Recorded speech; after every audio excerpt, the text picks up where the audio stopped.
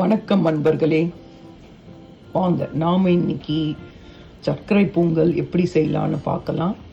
அதுக்கு நான் பச்சரிசி எடுத்திருக்கேன். பச்சரிசியை நல்லா 2 முறை அலம்பிட்டு வேக வச்சுருக்கேன். இதை நல்லா குழைய வேக வச்சு எடுத்துக்கலாம். நான் வடித்து தான் செய்ய போகிறேன். பட் ஆனால் வடித்தாலும் கொஞ்சம் தண்ணியோடு இருக்கணும், ரொம்பவும் ட்ரையாக இருக்கக்கூடாது. உங்களுக்கு நான் அது வடித்த பிறகு காட்டுறேன். பாருங்கள், இந்த மாதிரி சாதம் நல்லா மேலுக்கு வரணும். இது நல்லா குழஞ்சிருக்கு. இப்போ நாம் இதை ஆஃப் பண்ணிடலாம். வாங்க அடுத்து என்ன செய்கிறதுன்னு பார்க்கலாம்.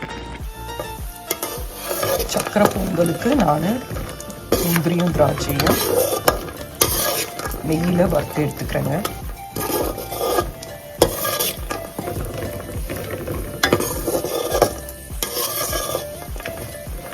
பொன்னிறமாக வறுத்து எடுத்துக்கோங்க. பால் பாயாசத்துக்கு முந்திரியும் திராட்சையும் நெய்யில் பொன்னிறமாக வறுத்து எடுத்துக்கோங்க. பாருங்க, சக்கரை பொங்கலுக்கு வெல்லத்தை உருக்கி வச்சிருக்கேன். குழைய வேக வச்ச சாதத்தில் இப்போ நான் வெள்ளை கரைசலை மிக்ஸ் பண்ணியிருக்கேன்.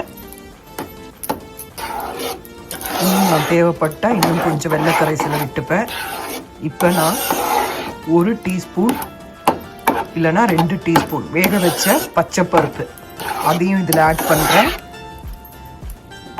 பச்சைப்பருப்பு உங்கள் விருப்பம்தான், ஆட் பண்ணிங்கன்னா கொஞ்சம் நல்லா டேஸ்ட்டாக இருக்கும், இல்லைனாலும் நல்லா தான் இருக்கும்.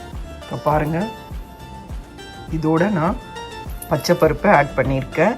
நிறைய வேண்டாம், ஒரு 2 டீஸ்பூன் இருந்தால் போதும். இப்போ இதை நல்லா கலந்து கொடுத்துக்கோங்க. இதை நல்லா கலரி விடுங்க. இப்போ இதில் நான் ஒரு 1/2 டம்ளர் பால் மிக்ஸ் பண்ண போகிறேன். ரொம்ப நல்லா இருக்குங்க, கோவில் சக்கரை பொங்கல் மாதிரி இருக்கும். செஞ்சு பாருங்க. இதில் பார்த்தீங்கன்னா ஒரு 1/2 டம்ளர் பால் மிக்ஸ் பண்ணுறேன். நல்லா கலக்கி விடுங்க. இது நல்லா கொதிக்கட்டும். உங்களுக்கு நல்லா கொதித்த பிறகு காட்டுறேன். நல்லா கோவா மாதிரி இருக்குங்க, ரொம்ப நல்லா இருக்கும். உங்களுக்கு இனிப்பு வேணும்னா உங்கள் விருப்பம் போல் சேர்த்துக்கோங்க. இது நல்லா கொதிக்கட்டும். பாருங்க, பால் விட்டு நல்லா வேக வச்சுட்டேன். பாருங்க எவ்வளோ நல்லா அல்வா மாதிரி இருக்கு பாருங்க. இந்த ஸ்டேஜில் நான்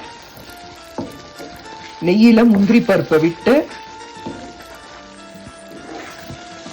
நான் ஒரு 1/3 கப் நெய் விட்டுருக்கேன். அந்த நெய்யில் முந்திரி பருப்பை வறுத்து நாம் இதில் கலந்துடலாம். நல்லா சூப்பர் டேஸ்ட் இருக்குங்க. கீழே வறுத்த முந்திரி பருப்பு போட்டிருக்கேங்க. அது ஏலக்காய் பவுடர் பண்ணி போட்டிருக்கேன். 1/3 கப் நான் நெய்யை ஆட் பண்ணியிருக்கேன். இங்கே பார்த்தீங்கன்னா தெரியும், நெய் அப்படியே பிரிஞ்சு வருது பாருங்க. இது ரொம்ப நல்லா டேஸ்டாக இருக்குங்க. இதை செஞ்சு பாருங்க. இந்த கோவிலில் சாப்பிட்ற சக்கரை பொங்கல் மாதிரி இருக்கும். இது ரொம்ப அருமையாக இருக்கும். இதை பாருங்க, அல்வா மாதிரி இருக்கு பாருங்க. இதை செஞ்சு பாருங்க. அதுக்கப்புறம் தேங்காய் பிடிக்கும்னா அந்த தேங்காவையும் கொஞ்சம் நெய்யில் போட்டு வதக்கி இதில் போடலாம். ரொம்ப அருமையாக இருக்கும். பார்த்தீங்கன்னா நெய் சக்கரை பொங்கல் ரெடி. இதை செஞ்சு பாருங்க. செஞ்சு பார்த்துட்டு உங்களுக்கு இந்த வீடியோ பிடிச்சிருந்தா லைக் பண்ணுங்க.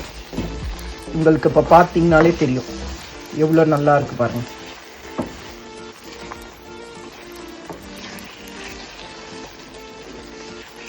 சர்க்கரை பொங்கல் ரெடி.